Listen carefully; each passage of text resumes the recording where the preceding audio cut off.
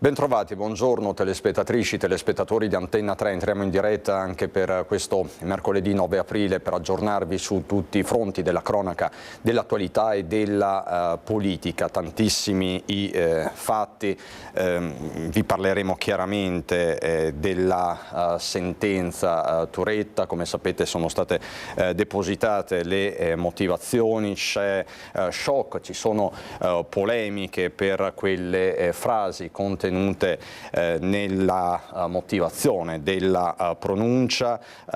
Turetta definito inesperto, non crudele. Si sta aprendo un varco, ci sono i post della sorella di Giulia Cecchettin, Elena, ma fra poco ci collegheremo con Vigonovo con la nostra Ilaria Marchiori, così come torneremo sulla tragedia di ieri, la tragedia stradale di Codevigo sulla Romea. Siamo pronti ad andare appunto a Codevigo con la nostra Chiara Gaiani. Però partiamo da una vicenda che vi abbiamo raccontato ieri sera e che ha provocato molto dolore, sconcerto e pure clamore: la morte di Lino Rosada, questo artigiano 57enne che si è tolto la vita nella notte tra sabato e domenica perché disperato, con ogni probabilità, dopo la cancellazione di un'importante commessa dall'America. Vi ho mostrato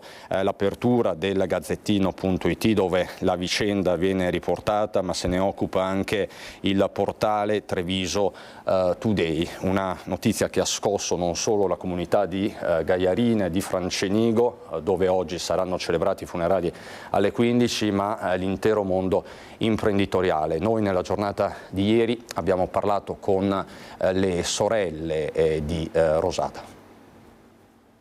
La comunicazione è stata che nell'arco di 2 o 3 mesi non sarebbero state più erogate altre commesse, e essendo questo il cliente principale tra gli altri, ovviamente sono stati fatti delle valutazioni in merito al fatto di portare avanti l'azienda oppure no. E questo ovviamente è un passo pesante per tutti. La perdita di quella commessa, cruciale per il proseguimento della sua impresa, era diventata evidentemente un macigno per Lino Rosada, 57enne di Francenigo, trovato senza vita domenica mattina dal padre. Un gesto estremo, quello dell'uomo che lascia attonita un'intera comunità dove era molto noto, e sotto shock le sorelle Maria Assunta e Catiuscia. Proprio Catiuscia, accanto a Lino, portava avanti da decenni l'attività familiare specializzata in schede elettroniche. Il committente, una multinazionale americana con sede in Germania, aveva trasmesso la sua comunicazione a fine marzo. Da lì la decisione per fratello e sorella di voltare pagina. Si è discusso insieme sul nostro futuro, se era sostenibile o no portare avanti l'azienda, e abbiamo deciso di comune accordo che il passo su cui sarebbe stato quello di chiudere e di rimetterci in gioco, però con un'attività da dipendente. Insomma, mio fratello aveva già diversi colloqui, e, fra l'altro anche in questi giorni, e quindi non ho mai avuto nessun segnale che potesse avere un crollo così. È un fulmine a ciel sereno. Il 57enne probabilmente già viveva un periodo di fragilità dopo la morte della madre. Le sorelle stanno affrontando tutto con estrema dignità. C'è tanto dolore e non ho la minima intenzione di lanciare accusa contro qualcuno o sicuramente di andare a mettere il dito contro qualcuno.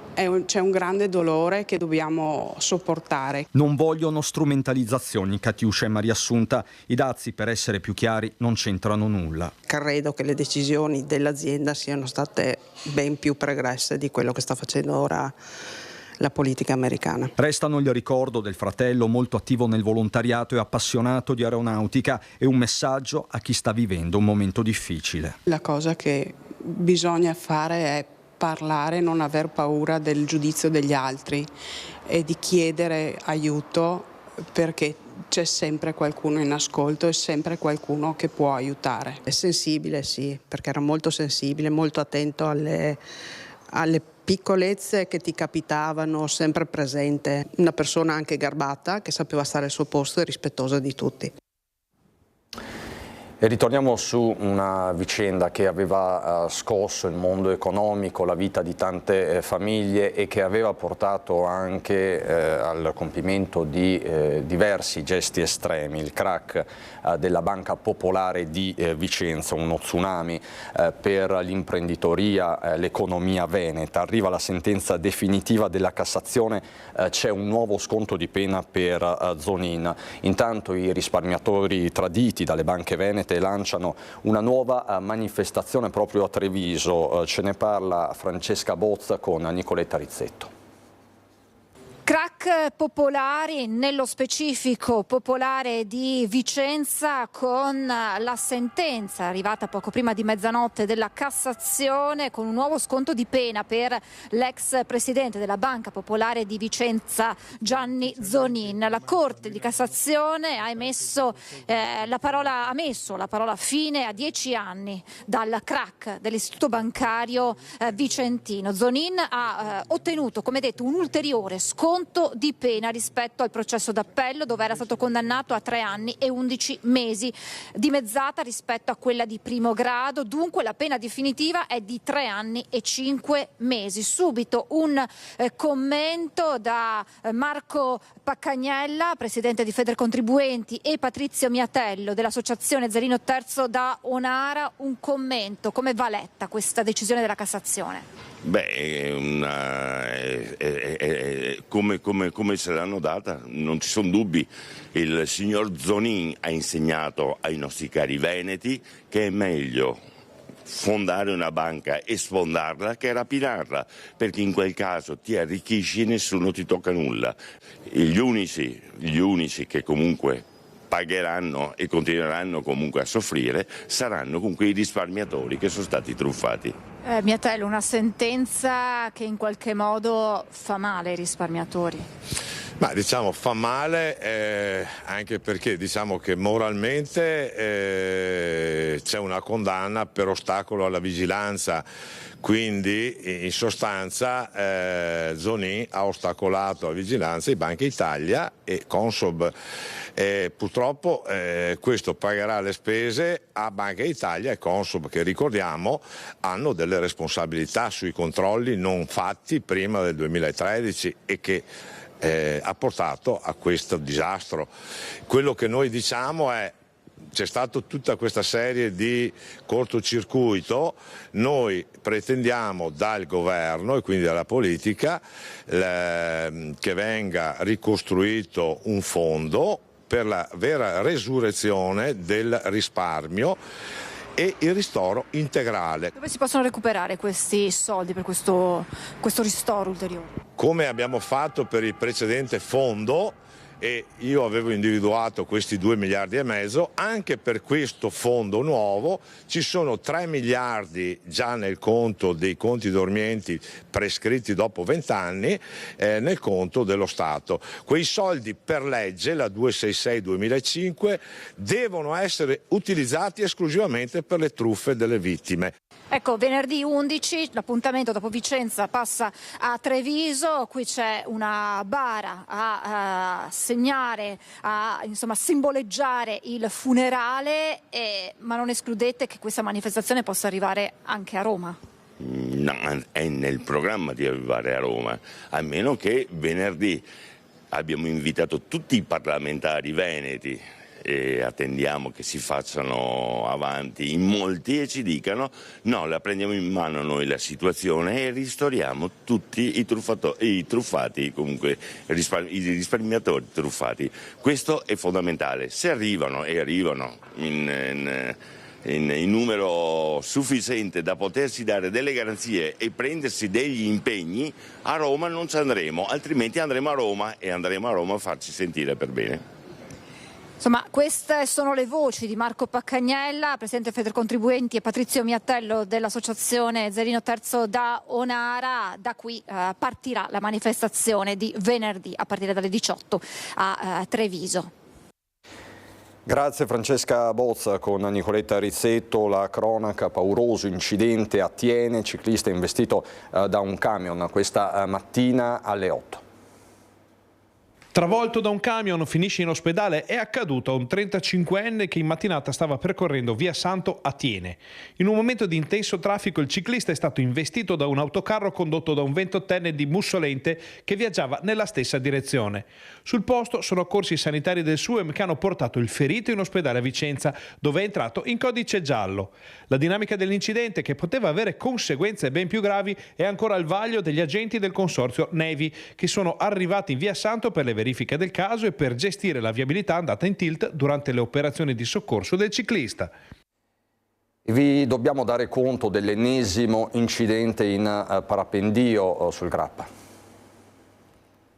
Ennesimo incidente di parapendio sul massiccio del Grappa, dove un pilota svizzero di 55 anni è precipitato in Valle Cornosega a Borso del Grappa. Dopo l'allarme è partita l'ambulanza con medico e infermiere da Crespano che hanno recuperato il ferito in una zona piuttosto impervia con la collaborazione di una locale guida alpina, per poi consegnarlo al personale dell'elisoccorso di Pieve di Cadore. Il pilota presentava un trauma al volto e alla schiena ed è stato portato a Cafoncello per essere sottoposto a tutti gli accertamenti del caso. Si tratta del terzo incidente nel giro di pochi giorni, dopo l'infortunio dall'esito mortale che sabato ha visto protagonista un anziano pilota tedesco. L'uomo, che probabilmente non si era assicurato bene al momento del decollo, è precipitato da grande altezza nel giardino di una casa di Borso. Nel Padovano vi dobbiamo raccontare di 2 arresti, è la notizia tra l'altro che campeggia sull'Ansa.it regionale, una delle notizie principali del momento, ma tutti i particolari nel servizio della nostra redazione di Padova. Quindi 2 arresti per accoltellamento in una discoteca. Questi 2 soggetti sarebbero stati rintracciati dalla polizia nel Trevigiano. Sono accusati di tentato omicidio in concorso i 2 albanesi arrestati dalla squadra mobile di Padova, ritenuti responsabili dell'accoltellamento di un 30enne moldavo e di un 24enne russo all'interno della discoteca Utopia di Via dei Colli, avvenuto all'alba dello scorso 31 marzo. Il più grave, il 30enne moldavo, a causa delle ferite ha subito l'asportazione del rene. Il questore aveva disposto la chiusura per 2 mesi del locale, mentre la squadra mobile aveva avviato le indagini per individuare i colpevoli. La violenta aggressione è stata scatenata dal movente passionale. Il giovane moldavo infatti avrebbe salutato e scambiato qualche parola con la fidanzata di uno dei 2 albanesi che conosceva da tempo. Questo avrebbe scatenato la furia degli aggressori, che lo hanno colpito con fendenti in punti vitali, gettandolo a terra e saltandogli sulla testa con i piedi. Nella confusione anche un amico del moldavo era rimasto ferito al braccio. I 2 arrestati invece sono albanesi irregolari sul territorio, hanno 34 e 22 anni. Uno di loro, l'autore materiale delle coltellate, è stato trovato a casa della fidanzata in provincia di Venezia. Durante la perquisizione è stato rinvenuto il coltello nascosto sotto il cuscino dove l'uomo dormiva e un cacciavite nelle tasche del suo giubbotto. I poliziotti hanno ritrovato gli indumenti che vestiva la notte del tentato omicidio e anche 20 grammi di cocaina suddivisi in dosi, un bilancino di precisione e 20.000 euro in contanti, presunto provento di spaccio, e per questo è stato denunciato. Grazie alle telecamere i poliziotti hanno individuato anche il suo complice che lo aveva aiutato nell'aggressione e nella fuga. I 2 stavano cercando di scappare all'estero. Riunione in prefettura sempre a Padova del tavolo contro le infiltrazioni mafiose. Il 1° aprile è scattata una nuova interdittiva nei confronti di un'azienda della Bassa Padovana. Opera nel settore del trasporto rifiuti l'azienda della Bassa Padovana, raggiunta dall'interdittiva antimafia firmata dal prefetto di Padova Giuseppe Forlenza.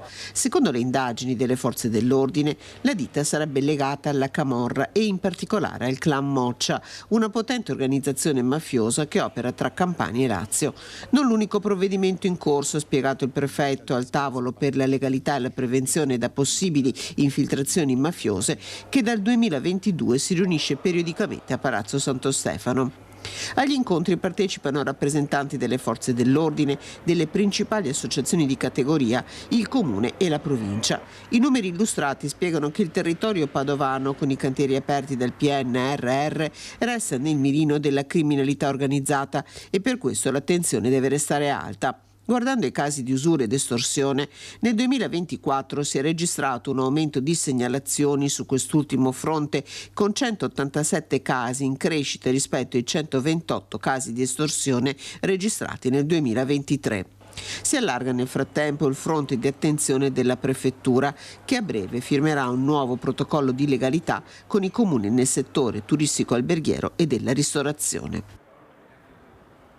Vi riporto a Miane, a Campea di Miane, dove ieri eravamo collegati per parlarvi di un incendio doloso che nella notte aveva coinvolto una Porsche. Ad appiccarlo un 55enne convivente della proprietaria del veicolo. Una vicenda estrema. Ora i residenti di quella zona hanno paura, anche perché quest'uomo è rientrato a casa nel pomeriggio di ieri. Tra l'altro l'incendio è scoppiato a pochi passi davvero dai contatori del gas, quindi ci sono questi residenti che di fatto chiedono di agire urgentemente alle forze dell'ordine e alle istituzioni, così a Campea.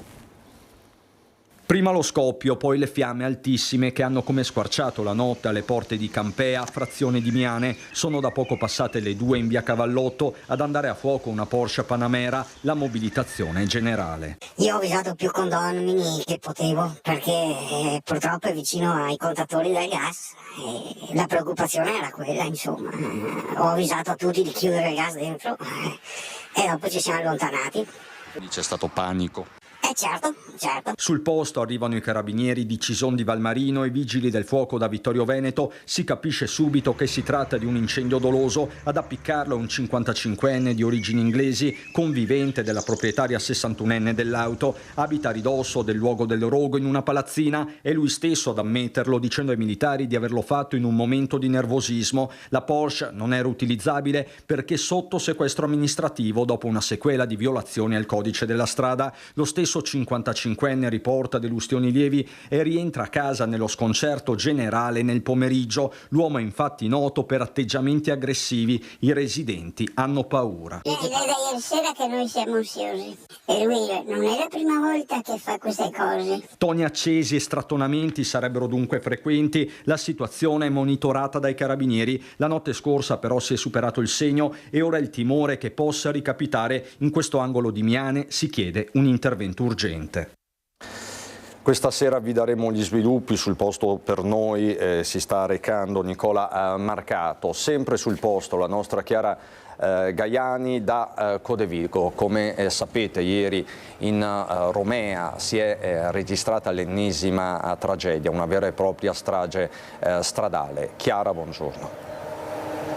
Sì, buongiorno Cristian, buongiorno ai telespettatori di Antenna 3. Ci troviamo a Codevigo con il sindaco di Codevigo Ettore Lazzaro, che ringraziamo. Ieri, lo dicevi, ieri nel pomeriggio l'ennesima strage sulla statale Romea. Allora sentiamo com'è andata, purtroppo com'è andato questo tragico pomeriggio nel servizio di Valentina Visentin con le immagini di Francesco Ratai.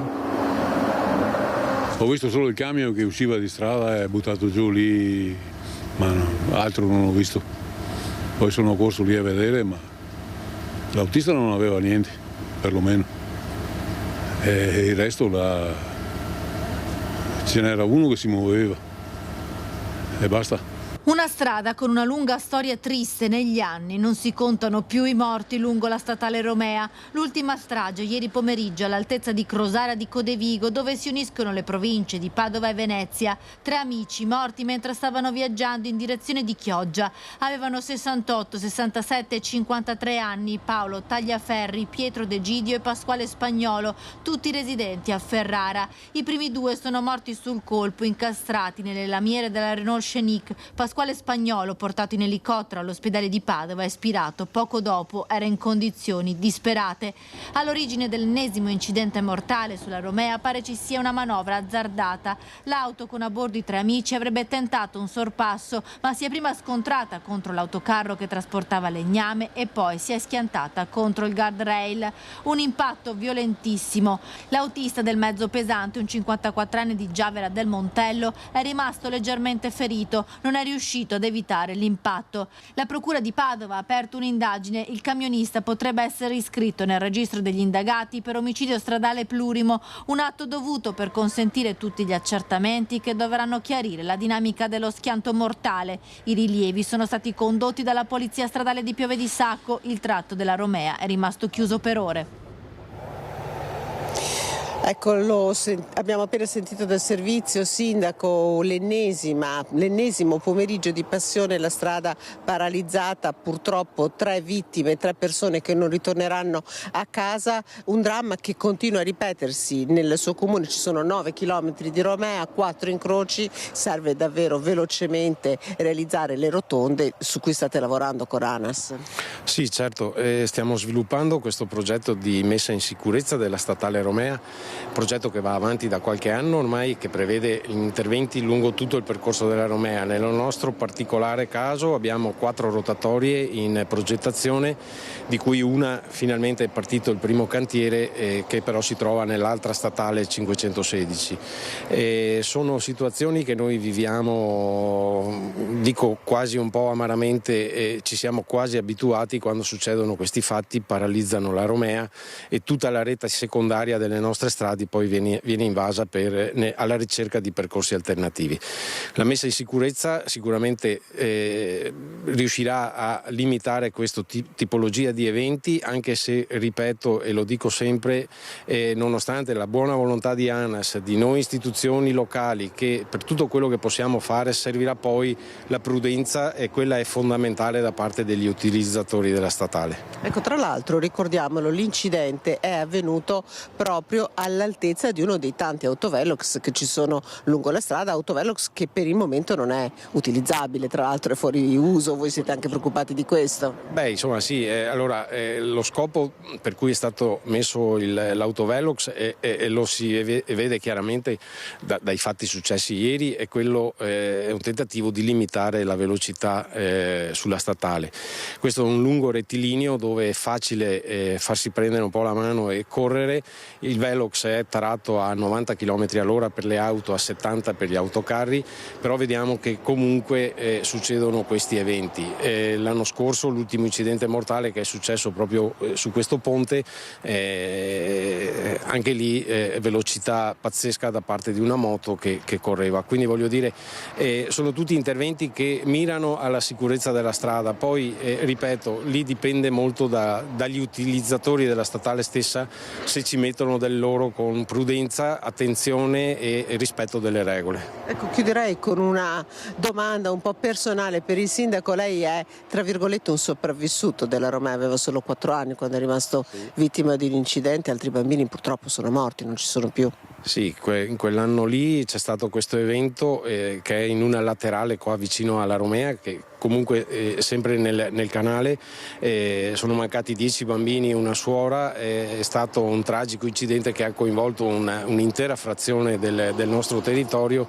Io ero bambino, ho un ricordo, e da quel momento in avanti su Codevigo purtroppo andiamo sui telegiornali e sui giornali alla ribalta proprio per eventi di cronaca come quelli. Io spererei che in un prossimo futuro, se riuscissimo a mettere in sicurezza questa benedetta statale di Codevigo, si parlasse anche peraltro per la Valle Mille Campi. Insomma, il nostro paesaggio è un territorio bello da venire a vedere e da utilizzare. Allora ringraziamo davvero il sindaco di Codevigo, Ettore Lazzaro, per essere stato con noi. Ringrazio Cristian Roccheiede per la collaborazione tecnica. Da Codevigo la linea può tornare allo studio.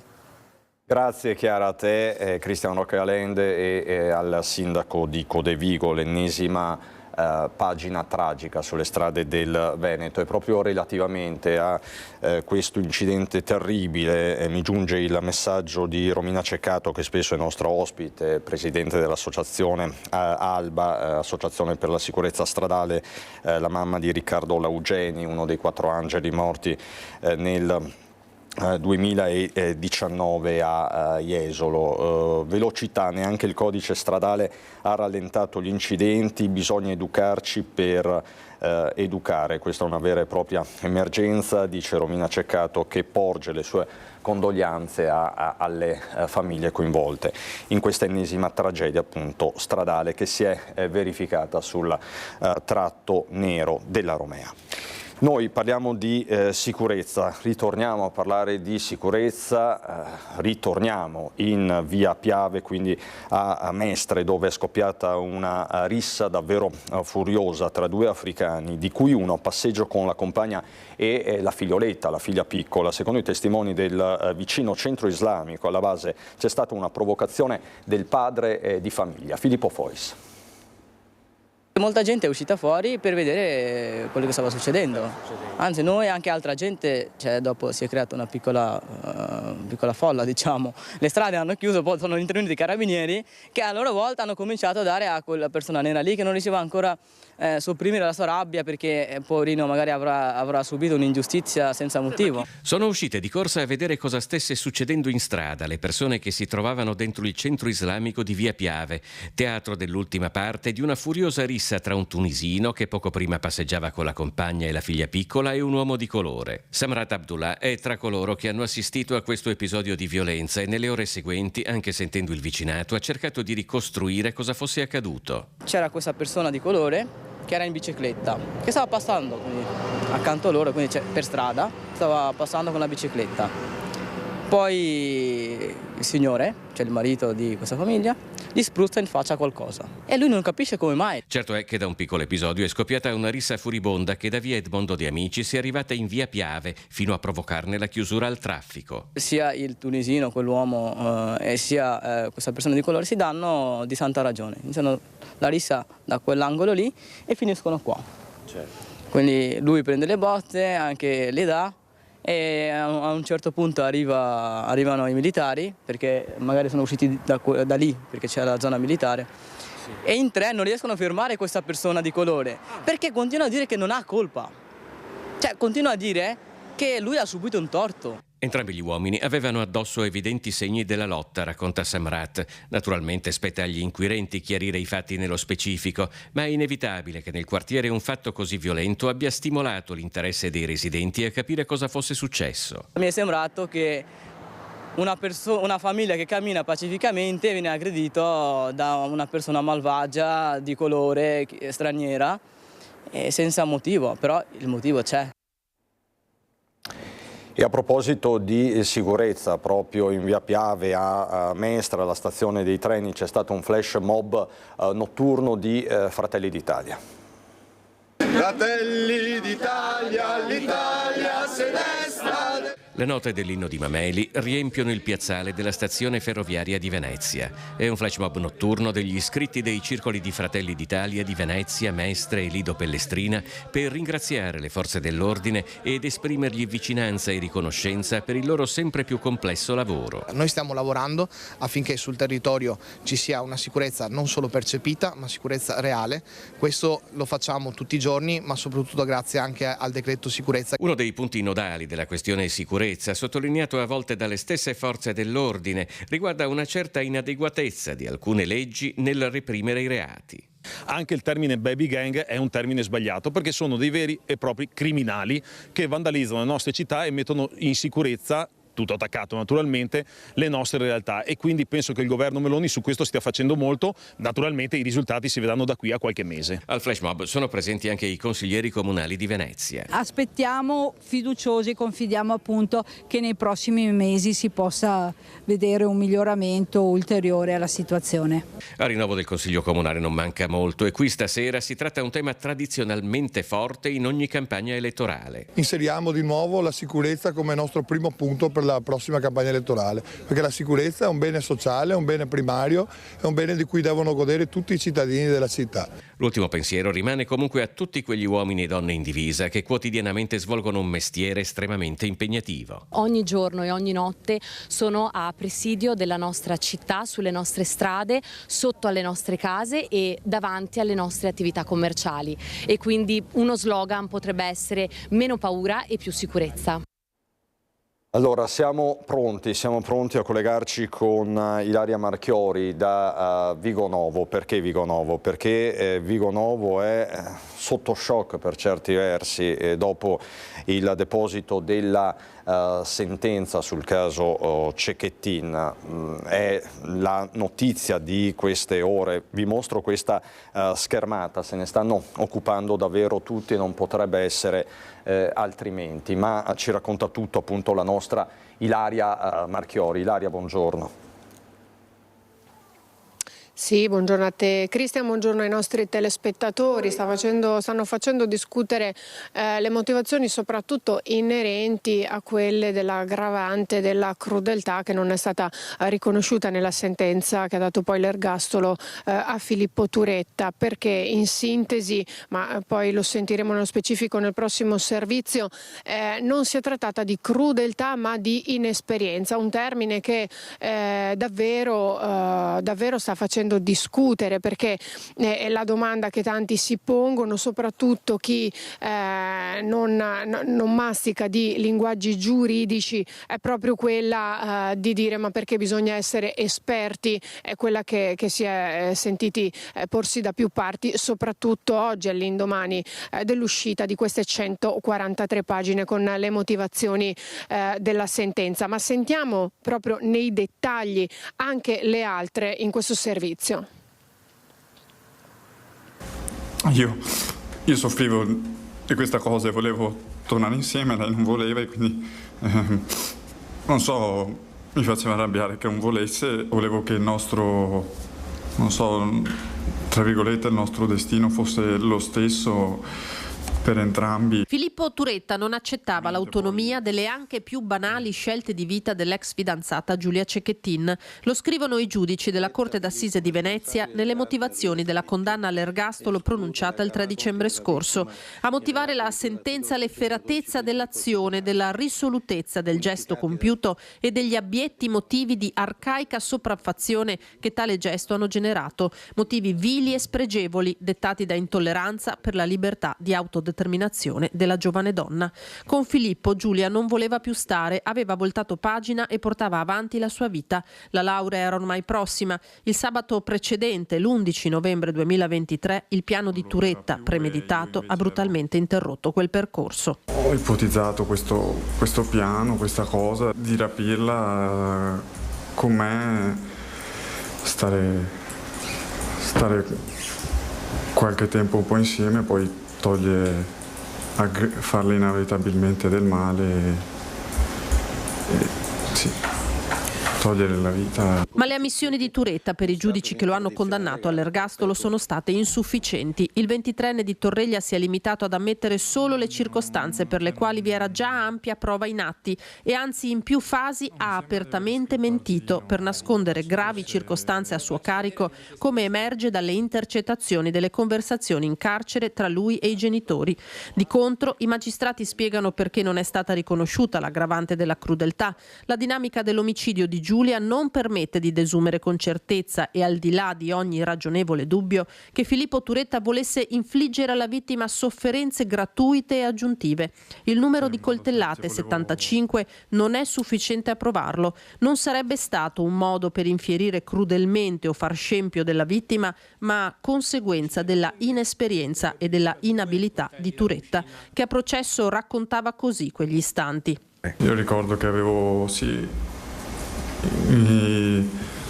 il coltello in mano, a un certo punto avevo solo il manico, quindi non so, in qualche modo deve essersi rotto, forse l'ho colpita, forse ho colpito il pavimento. Turetta ha colpito alla cieca fino a quando ha capito che Giulia era morta. Un'aggressione durata complessivamente 20 minuti, lasso di tempo durante il quale Giulia ha avuto la possibilità di percepire l'imminente morte. Ma del fatto che la prolungata agonia sia stata voluta da Turetta per far soffrire ulteriormente la ragazza, per i giudici non c'è prova. Un delitto dopo il quale il ragazzo ha tuttavia mantenuto lucidità e razionalità, dimostrata dalla chiara e innegabile volontà di nascondere il corpo corpo in modo quantomeno da ritardarne il ritrovamento. Infine l'aggravante dello stalking, esclusa perché gli atti persecutori ebbero una cornice temporale circoscritta e non ingenerarono nella studentessa di Vigonovo uno stato di ansia, di paura per la sua incolumità. Ecco, avete sentito dunque le motivazioni in queste 143 pagine, ovviamente sintetizzate, come dicevamo prima, Christian, molte le reazioni, in primis quella della sorella di Giulia, Elena Cecchettin, che con un post sul suo profilo Instagram ha scritto: una sentenza simile, con motivazioni simili in un momento storico come quello in cui stiamo vivendo, non è solo pericolosa ma segna un terribile precedente. Secondo Elena, infatti, fa la differenza riconoscere le aggravanti, scrive ancora, perché vuol dire che la violenza di genere non è presente solo dove è presente il coltello o il pugno, ma molto prima, e significa che abbiamo tempo per prevenire gli esiti peggiori. Poi conclude: sapete cosa ha ucciso mia sorella? Non solo una mano violenta, ma la giustificazione e menefreghismo per gli stadi di violenza che anticipano il femminicidio. Ecco, queste ultime parole del suo post sono molto forti e molto chiare. Anche il ministro Matteo Salvini questa mattina a Pordenone ha commentato le motivazioni che hanno portato alla sentenza all'ergastolo di Filippo Turetta. Dunque sentiamo proprio le sue parole. Io qui da Vigonovo restituisco la linea. Imbarazzante e vergognoso. Imbarazzante e vergognoso nel momento in cui tutti ci stiamo impegnando per ridurre questi odiosi atti di violenza nei confronti delle donne. Dire che 75 coltellate non sono frutto di violenza ma sono frutto di inesperienza è tragica. Spero che si siano spiegati male, perché se ci fosse veramente scritto così sarebbe drammatico. Se non bastano 75 coltellate a provare la violenza di qualcuno, rischiamo veramente di andare nel caos. Così dunque il vice premier Matteo Salvini nelle scorse ore a Pordenone. Noi torniamo sui temi della sicurezza, del controllo del territorio, dei territori, la lotta contro la criminalità e la diffusione dei reati in provincia di Vicenza è stata effettuata nelle scorse ore anche con un sorvolo di elicottero da parte dei carabinieri, e su questo elicottero c'era anche una troupe di Media Nord-Est. Lotta alla criminalità e ai comportamenti irregolari che infrangono la legge. Quotidianamente i vicentini assistono impotenti a ripetuti episodi delittuosi che minano il senso di sicurezza. Per questo da tempo i cittadini chiedono sempre più insistentemente alle forze dell'ordine maggiori controlli. Oggi i carabinieri del nucleo provinciale hanno disposto una maxi operazione che ha interessato i comuni a nord del capoluogo. 90 uomini, 45 pattuglie hanno messo in campo simultaneamente quello che effettuano quotidianamente. Un elicottero del 14° nucleo del reparto volo di Belluno ha permesso di documentare dall'alto le diverse operazioni, da Vicenza a Bassano del Grappa, passando dalla Valle del Chiampo attraverso Schio e Tiene. Insieme al nucleo ispettorato del lavoro e ai carabinieri forestali stiamo controllando e stiamo facendo delle verifiche sia in aziende che in attività commerciali per eventuali violazioni in normativa sulla misura di lavoro. E un'attenzione particolare alle truffe, dove oggi registriamo un incremento di questi reati, e molte volte proprio attraverso questi servizi vengono captati, intercettati le persone che a terra hanno già magari truffato degli anziani oppure sono in procinto di farlo. Sono stati controllati inoltre allevamenti ed esercizi commerciali per verificare il rispetto della normativa ambientale. Controlli campione inoltre lungo le principali arterie stradali per scoraggiare i reati predatori. Una dimostrazione dell'operatività che vuole rafforzare soprattutto il senso di sicurezza percepita della cittadinanza, che non viene quotidianamente tenuta al corrente della complessa gestione complessiva del lavoro di prevenzione dei reati. Stiamo sorvolando Bassano, che è territorio molto delicato perché è al confine anche tra la provincia di Padova e direzione Trento, dove poi si arriva anche verso gli altopiano di Asiago. Per noi, per il controllo del territorio è sempre fondamentale, come dicevamo e come state vedendo, il controllo delle arterie stradali, soprattutto della pedemontana. Per la cronaca, i numeri dell'operazione hanno visto l'identificazione di 337 persone, il controllo di 286 veicoli e elevate 12 sanzioni al codice della strada. Una persona è stata denunciata per il possesso di 5 involucri contenente 9 grammi di hashish e altri 8 grammi di marijuana. Inoltre sono state elevate 2 sanzioni rispettivamente di 14.000 euro e 9.000 euro per la violazione delle norme sulla sicurezza dei luoghi di lavoro, nonché la sospensione dell'attività. Controlli straordinari sempre da parte dell'Arma dei Carabinieri sono stati effettuati anche nella Marca Trevigiana, in particolare nel quartiere del Piave tra Vittorio Veneto e Pieve di Soligo. Questo è il bilancio. Sono stati giorni di controlli straordinari nel quartiere del Piave con i carabinieri di Vittorio Veneto che hanno battuto il territorio con i colleghi delle squadre di intervento operativo, il SIO del 4° battaglione Mestre, sorvegliati speciali la statale di Alemagna, la stazione di Vittorio Veneto, ma anche il centro di Pieve di Soligo, dove dopo una segnalazione di schiamazzi notturni è scattata una denuncia per spaccio di droga con 8 grammi di cocaina trovati nell'abitazione di un 22enne. Sempre a Pieve di Soligo un 52enne è stato condotto in carcere dopo aver violato gli arresti domiciliari. A Colle Umberto il caso più eclatante, con un uomo di 56 anni denunciato per guida senza patente, documento mai conseguito, nonché recidivo. Controlli che erano stati richiesti anche in un recente incontro in prefettura dei sindaci dell'area, in particolare Vittorio Veneto, dopo un inizio anno difficile. Penso che anche la zona alta del Trevigiano sia una zona che ormai è attenzionata rispetto ai furti, agli episodi di microcriminalità, e quindi per questo ringraziamo anche le forze dell'ordine che hanno accolto questo appello da parte di tutti gli amministratori. Sappiamo anche che il personale a disposizione non è sempre il massimo, nel senso che naturalmente facciamo i conti anche con le forze che mette a disposizione l'Arma, però certo che avere una cosa più strutturata sul territorio aiuterebbe. Intanto a Padova, nella città del Santo, la zona rossa è stata estesa fino al 7 maggio, decisione che soddisfa i commercianti. La proroga di altri 30 giorni della zona rossa per l'area della stazione di Padova mette d'accordo commercianti e residenti. I titolari delle attività commerciali della zona interessata dai controlli delle forze dell'ordine sono favorevoli al dispositivo previsto dalla direttiva ministeriale e rinnovato dal prefetto di Padova. Sappiamo benissimo che una città sicura rende anche più vivibile e quindi anche la qualità della vita è migliore. Oltre a questo noi sappiamo che oltre alle zone rosse abbiamo bisogno di una sicurezza complessiva nella città e questo sicuramente può essere condiviso insieme con le attività commerciali, i piccoli artigiani, bar e ristoranti, perché sappiamo che una vetrina aperta e una luce su un quartiere rende una città più sicura. Quindi bene questo dialogo, cerchiamo di investire anche sulle attività commerciali che possono presidiare i territori e quindi rendere una città molto più sicura. I prossimi 30 giorni includono le festività pasquali, i ponti del 25 aprile e del 1 maggio, un periodo che richiama migliaia di turisti in città. La presenza delle forze dell'ordine dell'area della stazione per i commercianti rassicura anche chi arriva in città.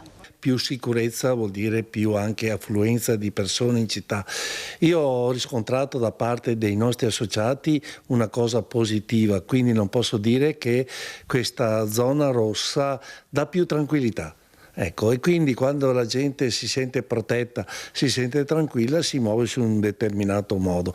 Dopodiché io non vado sull'ideologia, ognuno la vede al proprio modo. Io ascolto la gente, ascolto i miei associati, ascolto anche la gente per strada e sento che diciamo questo clima di zone rosse, che forse il nome è sbagliato, di zona rossa, dovrebbe essere chiamata zona tranquilla, fa sentire sicuro, fa sentire che la gente si muove in tranquillità e fa sentire soprattutto noi commercianti, ma soprattutto anche i turisti, tranquilli e sicuri. Il governo è al lavoro per riportare a casa Alberto Trentini, lo ha assicurato la Presidente del Consiglio Giorgia Meloni nel corso di una telefonata ad Armanda Colusso, la madre del cooperante italiano originario del Lido di Venezia, che dal 15 novembre dell'anno scorso si trova detenuto in carcere a Caracas in Venezuela. Il contenuto del colloquio, confermato da fonti di Palazzo Chigi, è rimasto comunque riservato. Questa mattina a Padova l'addio al cardiochirurgo Roberto Bianco, morto nel suo ufficio all'interno del centro Gallucci. I colleghi dell'ospedale di Padova e tanti amici si sono stretti alla famiglia del dottor Roberto Bianco, il 61enne cardiochirurgo del centro Gallucci, trovato morto lunedì scorso all'interno del suo studio in azienda ospedaliera. La basilica di Santa Giustina era gremita di persone per l'ultimo saluto al medico, morto in quelle che in un primo momento erano parse circostanze misteriose. La procura di Padova però non ha disposto l'autopsia. I colleghi hanno eseguito solo un esame per stabilirne le cause, quasi certamente un malore fatale, visto che accanto al corpo c'erano alcune compresse per l'ipertensione, patologia di cui il cardiochirurgo soffriva. Un lungo saluto commosso per ricordare il professionista che una settimana prima di morire aveva presentato insieme al professor Gerosa un innovativo macchinario ECMO per le ambulanze. Non possiamo non parlare di dazi e delle ricadute per l'economia locale. Tra l'altro ci sono delle dichiarazioni proprio di questi minuti di Donald Trump, Trump shock. Tutti mi chiamano per baciarmi il culo, lo ha detto il presidente degli Stati Uniti d'America. Pechino riunisce una vertice d'emergenza, in vigore i dazi reciproci USA su 60 paesi, Cina al 104%. Il presidente americano e i repubblicani: so quello che sto facendo, non vogliamo per forza fare accordi. Questo è il clima quando mancano di fatto 6-7 giorni alla visita del Presidente del Consiglio Meloni proprio alla Casa Bianca per negoziare eventuali sconti, diminuzioni, riduzioni, chiamiamoli come vogliamo. Resta chiaramente un clima tesissimo con le borse che continuano inesorabilmente a sprofondare. Dicevamo le ripercussioni per il territorio, per l'economia del territorio. I dazi colpiscono anche il formaggio Asiago DOP.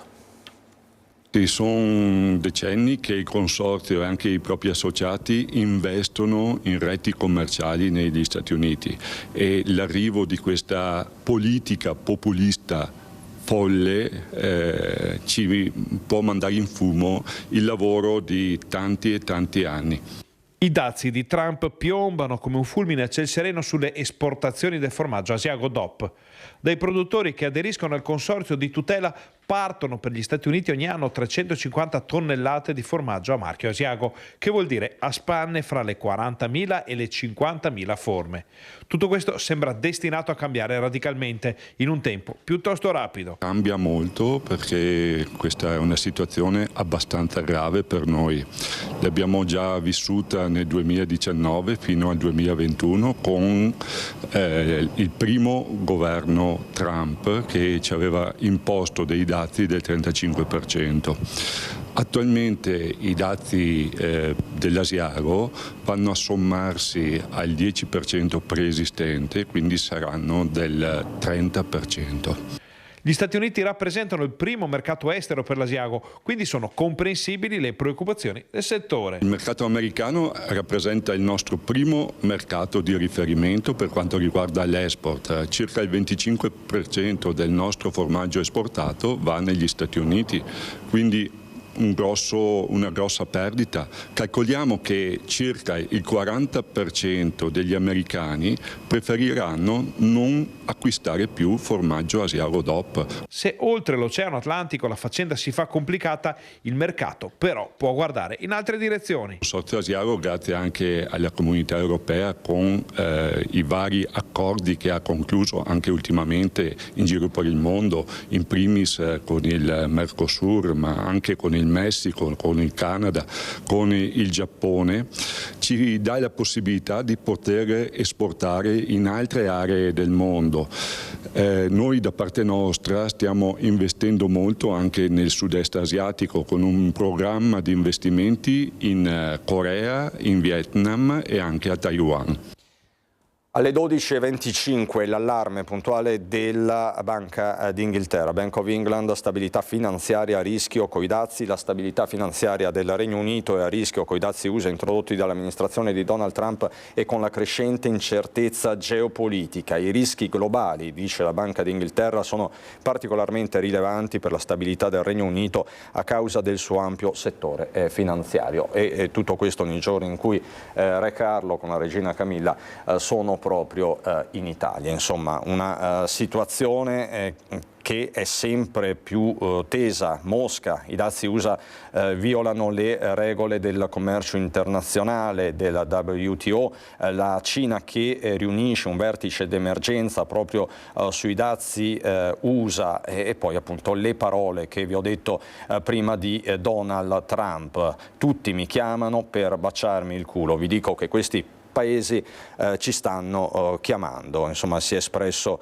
così durante la cena del congresso repubblicano a Washington. E sentiamo l'umore proprio sul tema dazi raccolto dalla nostra redazione di Bassano. Penso che i dazi facciano male a tutti, penso che se si potesse bisognerebbe non rispondere con altri dazi ai dazi americani, perché si crea una situazione di escalation e quindi questo è il mio parere. È una guerra commerciale che la preoccupa? Sì, mi preoccupa, come penso debba preoccupare un po' tutti, perché sicuramente aumenteranno anche tutti i prezzi per la gente comune. Il rischio ovviamente è quello del crollo delle vendite e poi della perdita di posti di lavoro. Sì, quello è un rischio reale. Disastro, perché penso che tutti non ne vengano fuori puliti, diciamo. Quindi è un male per tutti? Penso di sì. Poi vediamo alla lunga cosa verrà fuori, però. Chi ci rimetterà di più secondo lei? Tutti, anche l'America stessa. Ne arrivano qui a Bassano turisti americani? Ogni tanto sì, in questo momento non tanto, però ogni tanto sì, anche perché quando vengono anche a visitare il museo. Non mi preoccuperei tanto, perché penso che prima o dopo Trump cambia atteggiamento, perché sinceramente lui fa tutto un bluff e dopo magari andando avanti cambia, secondo me, è solo per vedere come si comportano gli altri. Certo che i mercati finanziari hanno preso uno scossone non da poco. Certo, senz'altro c'è qualcosa, una mossa così e scatena qualcosa. Ma penso senz'altro che le cose cambieranno in qualche mese, vedrà che le cose andranno in meglio secondo me. Dobbiamo solo avere pazienza, è inutile prendere le cose in fretta, l'unica è rassegnarsi e aspettare un attimo, perché muoversi vuol dire creare solo lo spolverone per niente. È tutta una montatura, è tutta una cosa che passerà in poco tempo. No, per me la nostra economia non ne subirà, anche perché i prodotti che abbiamo noi li vogliono. Per cui... Quindi secondo lei il consumatore americano è disposto a pagare tanto, a pagare di più pur di avere prodotti italiani? Per quello che ne so io sì. Siamo messi un po' male con questi dazi qui, perché adesso inizia a salire un po' tutti i prezzi e quindi siamo un po' preoccupati, diciamo. Trump, secondo lei, dove vuole arrivare con questa guerra commerciale? No, non glielo so dire, perché è imprevedibile Trump, quindi non si sa quello che vuole, cosa vuol fare, a dire il vero. Non riesco a capirlo. La preoccupazione penso che sia condivisa anche da parte dei cittadini americani, perché anche l'altro giorno si vedeva sulle news, effettivamente erano tutti al supermercato ad accaparrarsi gli ultimi prodotti magari europei piuttosto che asiatici, pur di evitare poi un innalzamento dei prezzi anche per loro. Altavilla Vicentina omaggia Lea Stevanovic con la piantumazione di un albero. La bambina di 10 anni, lo ricorderete, era stata travolta e uccisa lo scorso 16 febbraio da un automobilista a Creazzo che si trova ora agli arresti domiciliari. Per noi Luisa Bertini e Simone Squarcina insieme al sindaco di Altavilla. Siamo ad Altavilla Vicentina in compagnia del sindaco Rossella Zatton per parlare nuovamente di una vicenda che ha toccato i cuori di tutti, la vicenda della piccola Lea, la bimba di 10 anni che è stata travolta e uccisa da un SUV a Creazzo. Oggi è tutta la comunità a stringersi nel dolore della famiglia e c'è stato anche un gesto simbolico, la piantumazione di un albero da parte di tutti i compagni di classe di Lea, un simbolo affinché rimanga la sua memoria. Sì, allora è stato scelto proprio dalla famiglia l'albero di Giuda perché ha a che fare col tradimento, la rinascita, ma soprattutto col nuovo inizio e con l'amore, cosa che Lea portava, nel senso il ricordo della gioia e dell'amore che lei condivideva con i suoi compagni. Quindi è stato appositamente scelto questo albero anche per avere un punto di riferimento. Tra l'altro è stato piantato lo stesso albero in Serbia dove lei è sepolta, quindi i bambini, così come i genitori, così comunque chi le voleva bene e la conosceva, hanno un luogo dove poterla ricordare. Un punto di riferimento dove porteranno anche dei sassi dipinti da loro in cui potranno lasciare anche delle frasi proprio per far rinascere appunto come il simbolo dell'albero. Esatto, allora sono stati appesi dei fiocchetti durante questa cerimonia da tutti i suoi compagni e anche da altri che la conoscevano, e in più sono stati distribuiti questi sassi bianchi che poi verranno messi tutti attorno, quindi un senso per dire siamo con te, continuiamo a crescere insieme a te così come crescerà l'albero.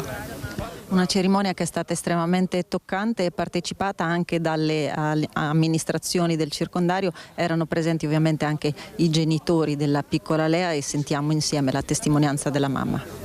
Un dolore che ci ha segnati per sempre, non solo noi genitori, come avete visto la sorellina, i nonni, i zii, una cosa che non si può descrivere, proprio per com'era Lea, era veramente un angelo sulla terra e non si meritava questa fine. Poi dico io, credo che venga fatta la giustizia, perché io perdonare una cosa così no, mai. Non posso perdonare mai chi ha portato via mia figlia a 10 anni, piena di vita, piena di voglia di vivere, una bambina solare, una bambina che voleva cambiare il mondo, una bambina che voleva che il mondo venga a sapere di lei ed è stato così. Tante persone sono venute a sapere di lei, ma non nel modo in cui lo voleva lei. Ecco, il suo cuore continua a battere, è l'unica cosa che mi dà la forza di andare avanti.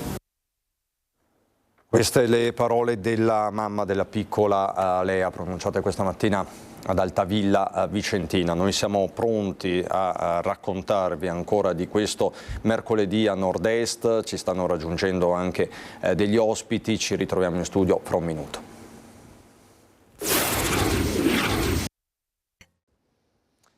Di nuovo in studio, bentrovati, in una giornata caratterizzata da tanti fatti di cronaca e di attualità. Vi abbiamo portato a Codevigo sulla Romea dopo la strage stradale di ieri, 3 i morti. Siamo tornati poi a Vigonovo per il caso Cecchettin dopo che sono state depositate le motivazioni della sentenza di condanna nei confronti di Filippo Turetta. Filippo Turetta non era crudele ma inesperto, da lì si è aperta una polemica a tratti feroce. Vi abbiamo anche fatto sentire il pensiero in materia di Matteo Salvini che abbiamo intercettato questa mattina a Pordenone, vi abbiamo mostrato anche i post della sorella di Giulia Cecchettin, Elena Cecchettin. Insomma, tanta la cronaca, ma quella di oggi è una giornata importante anche sul fronte politico perché c'è il nodo del terzo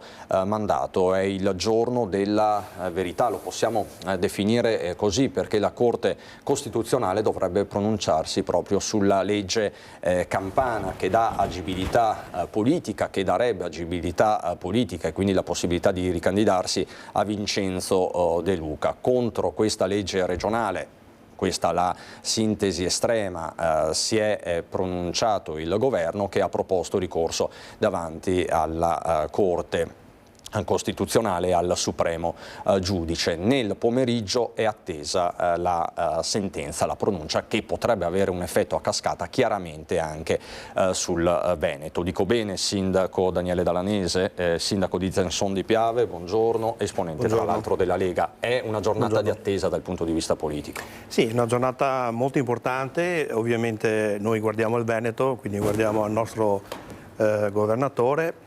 Ma se posso esprimere la mia opinione, io direi che la migliore risposta è comunque la democrazia. Quindi secondo me, indipendentemente insomma, dalla legge che poi insomma, farà il suo corso, ma la parola va sempre data agli elettori e secondo me francamente non ha nessun senso mettere limite in qualsiasi comune, qualsiasi provincia, qualsiasi regione, limite alle probabili ricandidature, perché la parola comunque finale spetta al cittadino che vota e quindi alla democrazia. Se un amministratore si comporta bene e si ricandida, verrà premiato. Nel caso in cui si fosse comportato male, i cittadini di sicuro non lo rivotano. Quindi secondo me stiamo parlando di niente. Quindi dovrebbe essere un percorso, lei dice, naturale, fisiologico? Assolutamente. Ripeto, se un amministratore si comporta bene, amministra bene durante il mandato, deve avere la possibilità di ricandidarsi. Ripeto, saranno i cittadini che lo votano, che si esprimono in modo democratico, a dargli ancora fiducia oppure di non votarlo più e passare a qualcun altro. Lei come sindaco a Zenzon quanti abitanti ha? Ma sotto i 2000, piccolissimo. Sotto i 2000, quindi lei potrebbe candidarsi senza limiti, stando alle nuove leggi. Sì, esatto. Io aggiungo anche un'altra cosa, che tutti danno per scontato che quando si va a votare ci siano tante candidature, tante liste. Però posso confermare che in realtà è complicato anche creare le liste nel momento in cui si va a votare, perché in realtà, soprattutto nei comuni piccoli come il mio, fare il sindaco è quasi una missione di vita, perché si fa un po' tutto, anche l'organico comunale è piccolo, è ristretto, e quindi è molto complicato anche trovare persone che si mettono a disposizione della comunità. Però la regione è più appetibile. La regione è ovviamente molto più appetibile, però secondo me, come dire, inserire un divieto dal punto di vista legislativo, secondo me è abbastanza antidemocratico. Quindi la sua posizione da questo punto di vista è molto netta, così come è molto netta la posizione che sta emergendo, e forse non è una sorpresa, da parte dell'Avvocatura dello Stato proprio in sede di discussione di questa legge regionale. Pochi minuti fa è uscita una nota: esiste chiarezza del dato normativo per cui è evidente che la legge statale in tema di elezioni regionali stabilisce il divieto limite del terzo mandato e pertanto se un presidente di regione ha conseguito 2 mandati consecutivi non può concorrere a una terza elezione. Lo ha sottolineato l'avvocato dello Stato Ruggero Di Martino in un passaggio del suo intervento davanti alla Corte Costituzionale nell'udienza sul ricorso del governo Meloni contro la legge della Campania, che invece consente il terzo mandato. Quindi la posizione del governo dello Stato, diciamo così, è stata confermata, però è anche un dato politico, perché è un governo di centrodestra. Certo, insomma, diciamo che è inutile nasconderlo, insomma, che la posizione di governatore di una regione è comunque una posizione molto importante. Chiaro che in questo momento, insomma, si stanno facendo un po' i conti, anche dal punto di vista politico. Io ribadisco comunque, poi mi fermo perché poi non entro nel merito delle decisioni della Corte Costituzionale, chiaramente. Io dico che non è come dire, corretto, secondo me, far diciamo, escludere a priori qualcuno in modo antidemocratico, come è secondo me questa posizione. Insomma, staremo a vedere, perché potrebbe anche essere che già in serata avremo una prima pronuncia, magari chiaramente non le motivazioni, ma un primo orientamento da parte del giudice costituzionale. Questo ha un peso specifico nello scacchiere politico regionale. Tra l'altro, credo sia l'ultimo grado. Esatto, poi alla fine, quindi alla fine poi non si possa più fare niente. Appunto, e in attesa di questa decisione anche il centrosinistra e anche l'opposizione, perché chiaramente tutto lo scacchiere politico, c'è un effetto domino conseguente, ci sarà un effetto domino conseguente a questa pronuncia. Ieri sera a Ring con il vice direttore Ferdinando Avarino si è parlato anche di centrosinistra e c'è stato un appello in diretta della capogruppo del Partito Democratico in Consiglio regionale Vanessa Camani per una candidatura, lancia proprio una candidatura per il centro-sinistra Vanessa Camani, la candidatura di Antonella Viola. Ma Antonella Viola io credo che sia una donna intanto e questo depone assolutamente a suo favore, che ha dimostrato di avere delle competenze tecniche e anche il coraggio di dire delle cose scomode. Per il centro-sinistra e per me in particolare sarebbe un onore se la dottoressa Viola accettasse questa sfida, anzi approfitto per fare un appello pubblico, sarebbe una bellissima candidatura per il centro-sinistra. Quindi Viola non ha accettato ancora la candidatura, no?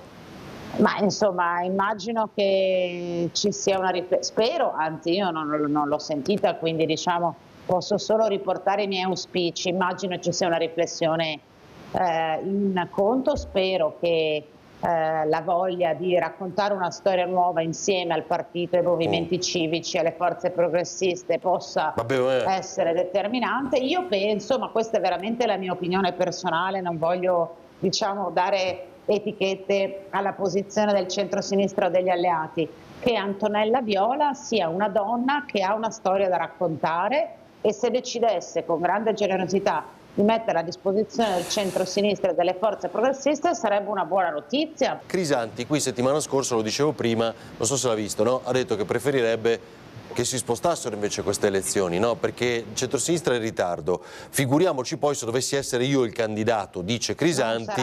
Non credo sia così, quindi diciamo è un'opzione che Crisanti valuta. Perfetto. È un periodo ipotetico dell'irrealtà, diciamo. Cosa? Che lui sia candidato o che si spostino le elezioni?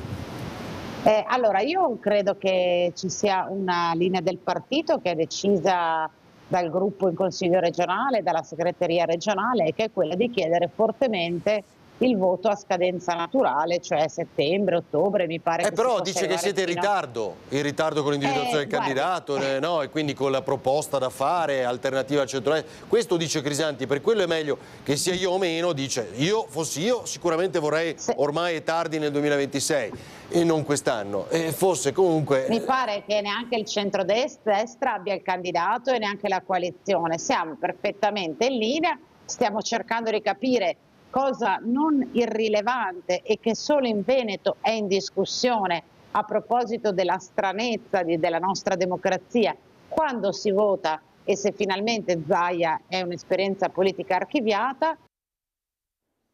Sindaco, che dice dal fronte Lega delle parole di Camani? È un'analisi lucida? Ma francamente sì, credo di sì. Chiaro che ognuno poi deve guardare in casa propria, quindi io non dico niente su quello che ha detto insomma, il consigliere regionale, rappresentante del PD. Chiaro che insomma, questa sentenza di cui abbiamo appena parlato è una sentenza importantissima per il Veneto, ripeto, noi guardiamo al Veneto, non di sicuro a De Luca. Sicuramente in base all'esito di questa sentenza qualcuno dovrà insomma, muoversi in altre direzioni, sicuramente magari non condivise, non studiate insomma, in qualche modo. Attendiamo, insomma, vediamo cosa succede nel pomeriggio. Terzo mandato di De Luca, la consulta decide sul ricorso del governo, ecco perché il caso si intreccia con quello di Zaia, l'articolo apparso sul Sole 24 Ore, lo possiamo vedere sempre dall'online, chiaramente un tema di cui si sta occupando tutta la stampa nazionale. Però Sindaco, con lei volevo ritornare anche sulla questione dei dazi, no? Noi stiamo parlando di dazi ed è un'occasione anche per riflettere sull'economia dei singoli territori, perché poi parliamo del crollo delle borse, crollo che continua come vi dicevo prima, ma poi c'è l'economia reale e alla realtà ci ha portato purtroppo il caso di quell'imprenditore artigiano di Francenigo che si è tolto la vita, poi sappiamo che le motivazioni sono sempre tante, ogni caso è a sé, la delicatezza va ribadita, però che si è tolto la vita, questa è la consecuzione dopo insomma, aver perso la commessa più importante che aveva da parte di un'azienda americana. Io vi porto a Feltre, dove si è svolta l'assemblea annuale di Lattebusche e chiaramente si è parlato di dazi. Un cielo azzurro offuscato da nubi minacciose, una metafora per le sfide future, quella scelta come immagine che celebra assemblea e compleanno di Lattebusche da record. La maggior quantità di latte conferito dai soci, il maggior fatturato di sempre, soprattutto per quanto riguarda i produttori, ovviamente la redditività che è la più alta di sempre, con un 9%, quindi una percentuale molto importante in più rispetto allo scorso anno. E allora leggiamolo il numero del fatturato che nel 2024 ha raggiunto i 155 milioni con una crescita dell'8% nonostante le incertezze. Il capitale sociale di Lattebusche, la più grande cooperativa lattiero-casearia del Veneto, oggi arriva a quasi 11 milioni di euro con un patrimonio netto di 22 milioni.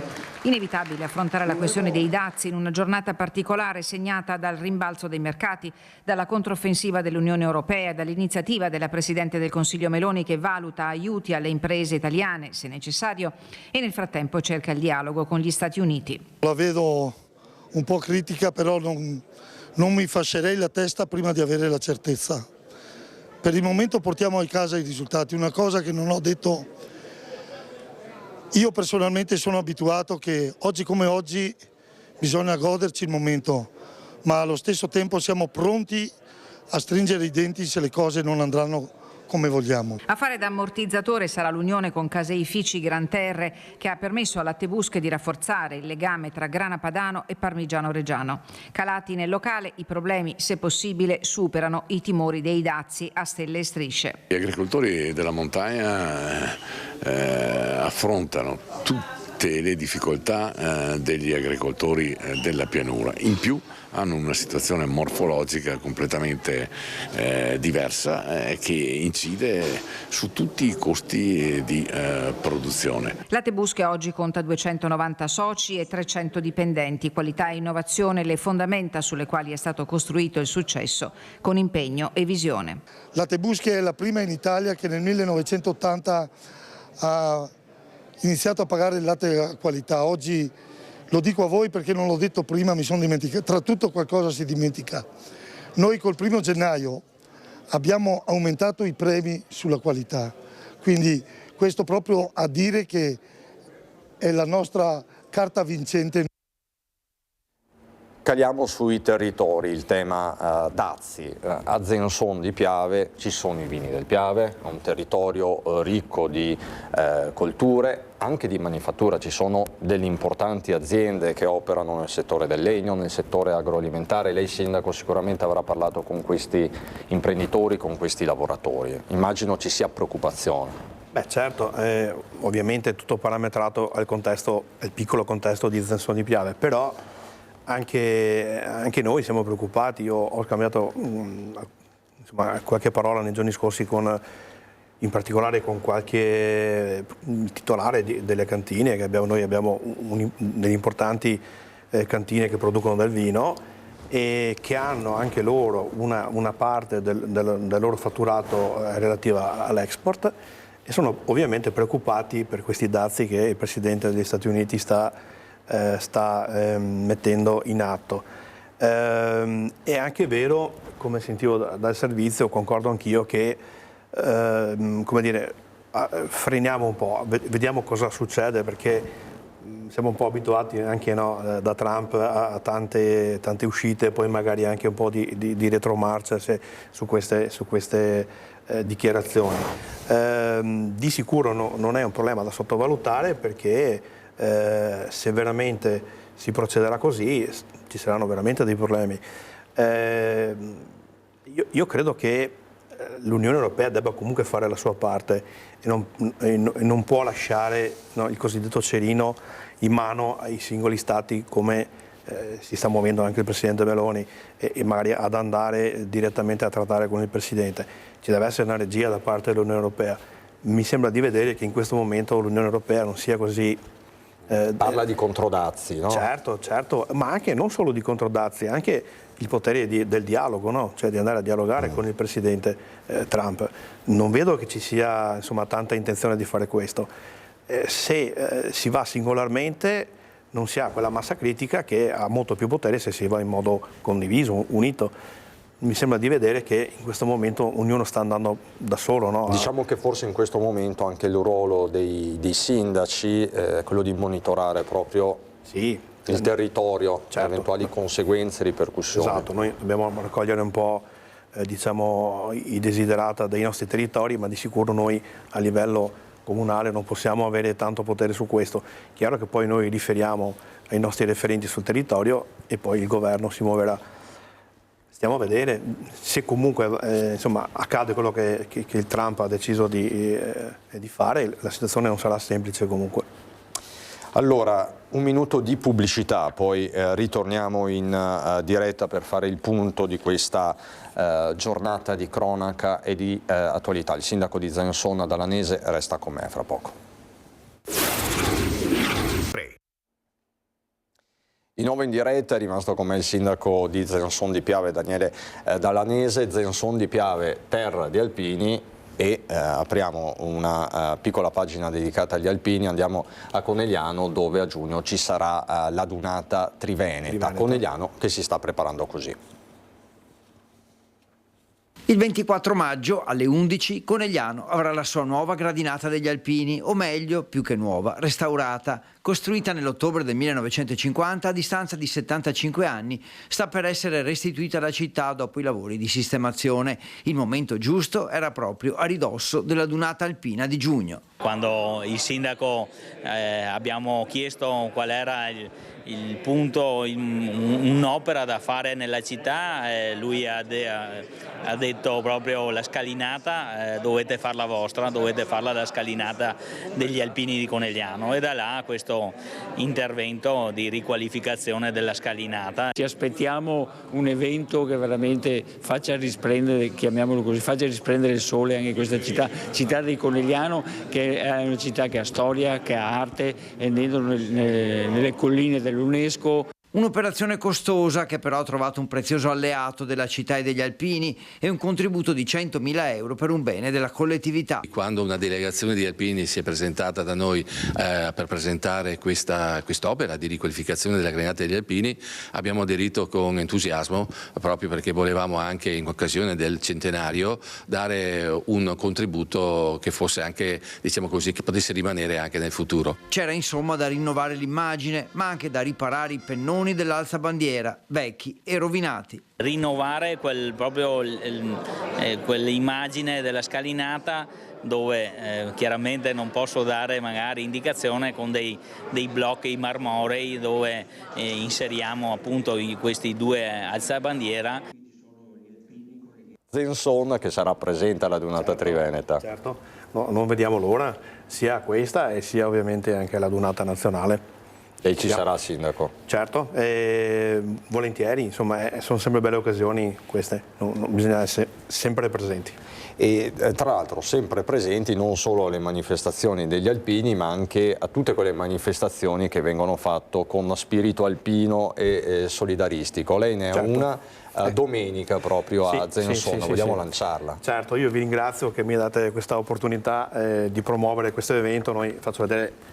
lo fate vedere voi, benissimo, benissimo, grazie, gentilissimi. La stupiamo con effetti speciali. Sì, grazie, gentilissimi.